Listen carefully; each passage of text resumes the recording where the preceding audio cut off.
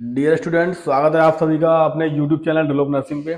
मैं अभिषेक चौहान आज आपके लिए बहुत ही इंपॉर्टेंट टॉपिक लेके आया हूँ। Care of sick in the community. समुदाय में बीमार व्यक्ति की देखभाल की। समुदाय में जो व्यक्ति बीमार है उसकी हम देखभाल कैसे करेंगे, उसे हम केयर कैसे प्रोवाइड करेंगे।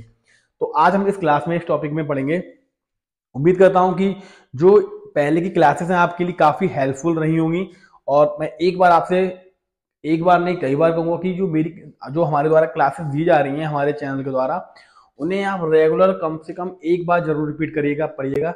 जिससे क्या है, आपके फाइनल एग्जाम में जब आपके लास्ट एग्जाम होंगे, टर्म है अभी तो आपके टर्म एग्जाम होंगे, उसके बाद जब फाइनल एग्जाम होंगे तो उन फाइनल एग्जाम के लिए आपका जो बेस है बहुत ज्यादा स्ट्रांग हो जाएगा और आपको बहुत ही ज्यादा हेल्प मिलने वाली है।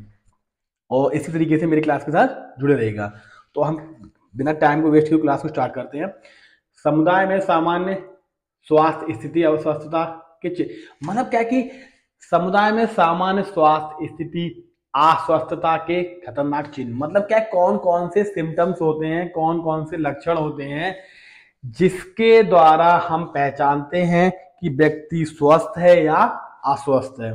ठीक है, तो ये सारे सिम्टम्स क्या करते हैं, व्यक्तियों में दिखाई पड़ते हैं, सिम्टम्स दिखाई पड़ते हैं।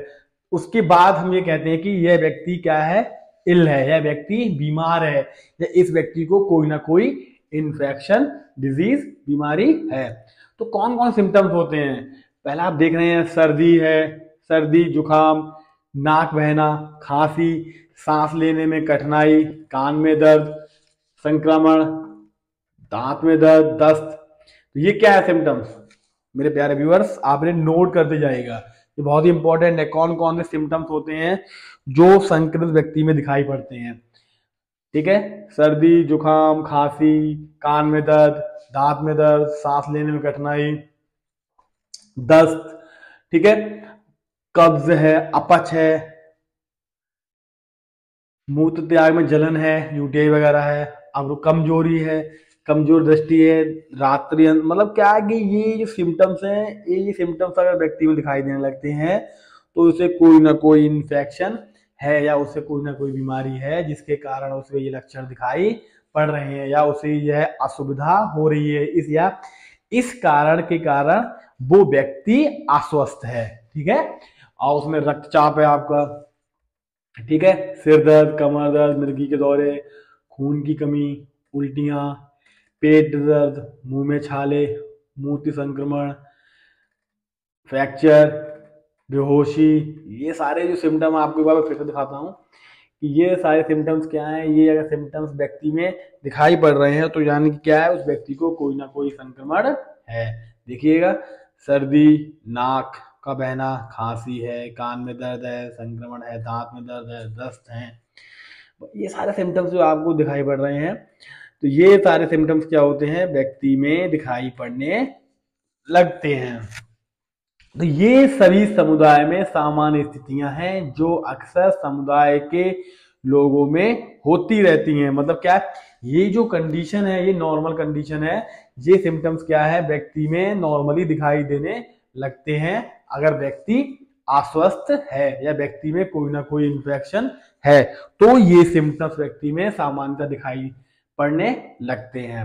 अब इसका बिल्कुल अपोजिट क्या है, डेंजर साइन है सिम्टम्स ऑफ इलनेस। अब क्या है, डेंजर साइन क्या है, कौन कौन से साइन है, सिम्टम्स है, लक्षण है जो बहुत ही ज्यादा हार्मफुल है, बहुत ही ज्यादा उसके लिए हानिकारक है। ठीक है, लगातार पूरे शरीर में 4 दिनों तक ज्यादा दर्द रहना, ऐंठन होना, बुखार होना बीमारी का कारण, तेज बुखार, मतलब ये जो आपको भी डिस्प्ले आपको दिखाई पड़ रहा है, ठीक है, ये सारे सिम्टम्स क्या हैं, ये वो सिम्टम्स हैं जी अगर जो उस पर्सन में किसी इंडिविजुअल में लगातार होते हैं तो उसके कोई ना कोई डेंजर साइन है ये। ठीक है, ये बहुत ही ज्यादा हार्मफुल सिम्टम्स हैं जो व्यक्ति में दिखाई पड़ने लगते हैं। ठीक है, इसमें शरीर का नीलापन, खांसी के साथ रक्त का आना, निर्जलीकरण, दस्त वगैरह है, तीव्र दस्त आना, यूरिन का बंद होना, यूरिन के साथ रक्त का आना। मतलब ये क्या है, ये वो साइन है जो कोई भी क्रॉनिक डिजीज होती है उसके साइन होते हैं।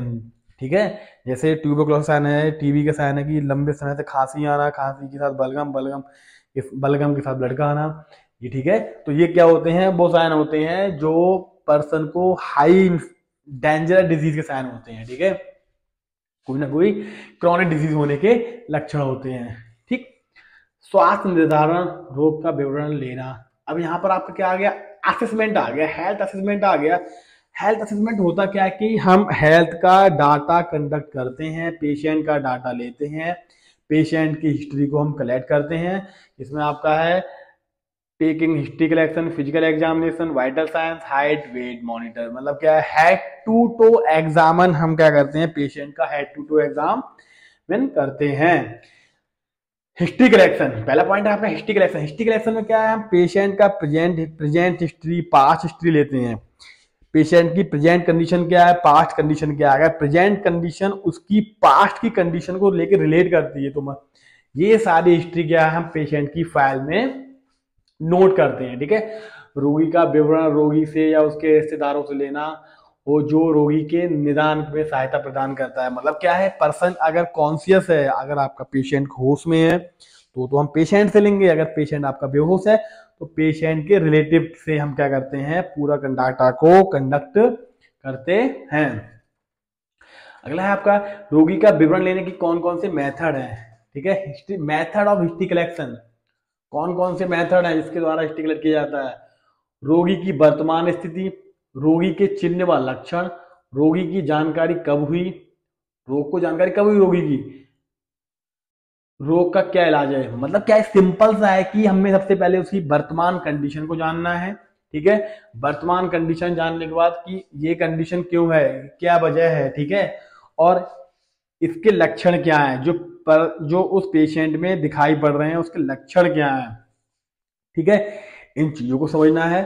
देन इसके बाद क्या है, रोग की जानकारी कब हुई, मतलब ये इसके लक्षण उस व्यक्ति में कब दिखाई पड़े, इन चीजों को भी जानना बहुत ही ज्यादा जरूरी होता है। रोग का क्या इलाज लिया, मतलब अगर ये सिम्टम्स उस व्यक्ति में दिखाई पड़े तो उस व्यक्ति ने ट्रीटमेंट के लिए क्या उपचार किया, उस व्यक्ति ने उसके अपने इलाज के लिए क्या उपचार लिया, इन सभी चीजों को क्या करना है, हमें जानना है। और पूर्व उसकी पास्ट हिस्ट्री क्यों लेनी होती है कि उसने पहले इस तरीके से कुछ ऐसा था कि जिसकी वजह से ये कंडीशन कॉज हुई है। जैसे अगर किसी को टीबी है तो उसके फैमिली में पहले किसी को टीबी थी या उसी को ये टीबी हुई है। इन सभी चीजों के बारे में हमें पूरी तरीके से जानकारी प्राप्त करनी होती है। फैमिली हिस्ट्री, उसके परिवार में उसके माता पिता भाई बहन वर्तमान बीमारी से संबंधित हैं या नहीं है, इन चीजों को हमें जानना होता है। वैवाहिक जीवन, रहन सहन, नौकरी इत्यादि की जानकारी लेना, उसका ऑक्यूपेशन क्या है, उसका कार्य क्या है, किस वजह से यह परेशानियों का सामना उसे करना पड़ रहा है, इन चीजों के बारे में हमें जानना होता है। रोगी की जानकारी रजिस्टर में दर्ज करना है। अब हमने इतनी हिस्ट्री ले लिया, हमें क्या करना है, पेशेंट की कंप्लीट हिस्ट्री को हमें क्या करना है, नोट करना है, उसकी डाटा को कलेक्ट करके रखना है, ठीक है। अब हिस्ट्री में क्या आता है, उसका नाम है, उसकी आयु है, तारीख है, पता है, लिंक्स है, रोगी की स्थिति है, उसकी कंडीशन क्या है, इन चीजों के बारे में हमें जानना है, ठीक है। अगला है आपका शारीरिक परीक्षण, फिजिकल एग्जामिनेशन। फिजिकल एग्जामिनेशन मैंने बोला था आपसे, हेड टू टो एग्जामिन करते हैं। पर्सन की हाइट है, उसका वेट है, ठीक है, उसकी कितनी हाइट है, उसका कितना वेट है, और डिजीज से पहले उसका वेट क्या था, अब क्या वेट है, अगर उसकी ये कंडीशन कैसे कॉज हुई है, इन सभी चीजों के बारे में नोट करना है। हाइट, कद नापने के लिए दीवार के सहारे सीधा खड़ा करने, घुटने सीधे और पांव किसी आधार पर टिके हों और सिर इस प्रकार रखेंगे कि आंखें आसमान। हमें क्या करना है, उसे ये बताना है कि किस तरीके से कौन सी पोजीशन उसे हमें देनी है, जिसकी तरीके से हम क्या कर सकते हैं, उसका एक प्रॉपर तरीके से उसका हम हाइट मेजर कर सकते हैं। देन इसके बाद आपका सेकंड पॉइंट है कि व्यक्ति का हमें वेट मेजर करना है। तो हमें व्यक्ति को किस तरीके से वेट मेजर कराना है, उसका हमें किस तरीके से खड़ा करना है, उसके पास कुछ भी है तो हमें उसे हटवाना है। जैसे हैवी उसके पास बैग है तो बैग तो नहीं है कि बैग में बोला कि आपका वेट करना है तो वो पेशेंट बैग लेके खड़ा हो गया, नहीं, हमें बोलना है कि उसे किस तरीके से उसे खड़ा होना है, किस सीधा खड़ा होना है, टर्न खड़ा होना है, झुके खड़ा होना है, कैसा खड़ा होना है, ये सारी चीजें हमें उसे बतानी है एक प्रॉपर तरीके से हमें वेट लेने के लिए। अगला है असामान्यताओं को पहचानना। असामान्यता क्या है, उसमें उसके जो वाइटल साइंस है, उसके वाइटल ऑर्गन है, उसमें क्या अबनॉर्मलिटी है, अबनॉर्मल टेम्परेचर है, ठीक है, और उसका अबनॉर्मल टेम्परेचर, उसका जो फीवर होता है, हाइपर पायरेक्सिया है, वो पायरेक्सिया है, क्या कंडीशन है, ठीक है। तो आप जो डिस्प्ले देख रहे हैं इन सभी चीजों को आप नोट करते जाएगा, ये बहुत ही इंपॉर्टेंट है। उसके इसमें दिया है आपका उसकी अबनॉर्मलिटीज, इसमें उसका तापमान आ गया, उसका पल्स रेट आ गए, इन सभी चीजों को हमें क्या करना है, नोट डाउन करना है, ठीक है।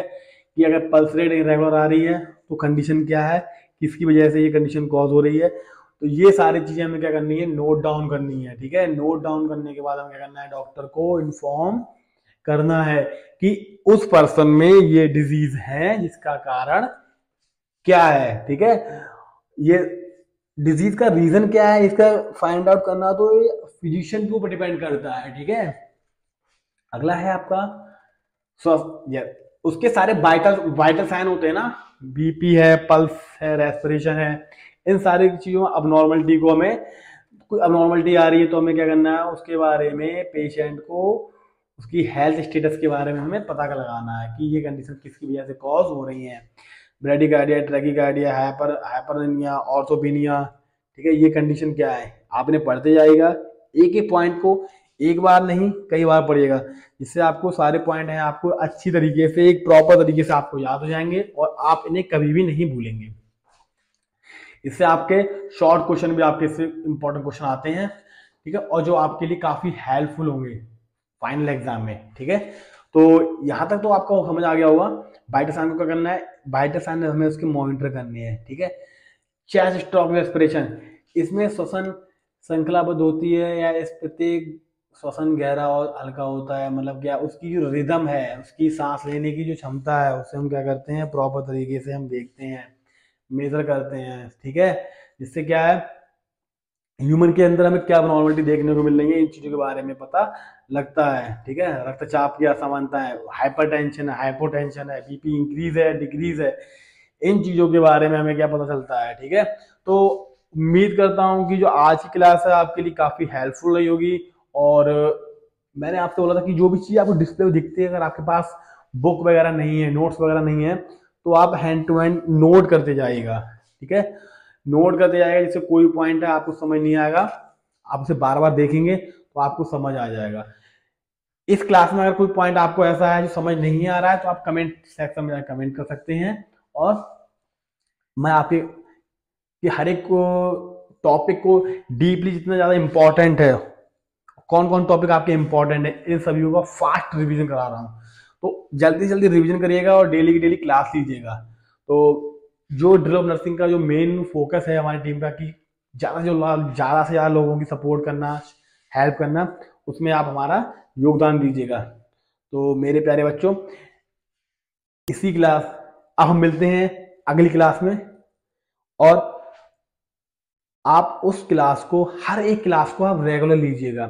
जैसे मैंने आपसे पहली बार बोला है कि एक बार नहीं होगा, पर आई प्रॉमिस एक बार जरूर होगा। तो शुक्रिया मेरे दोस्तों, मिलते हैं अगली क्लास में। जय हिंद।